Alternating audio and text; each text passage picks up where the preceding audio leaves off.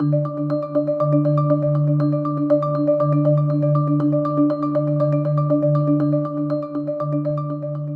respect to Mr. Kipling,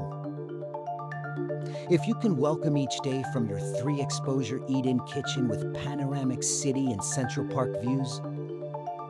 if you're lucky enough to have a floor plan that lives just as easily as a 4-bedroom as it does a 3, and if nearly every single inch of your nearly 2,000 square feet treats you to spectacular vantages and vistas that stretch for miles,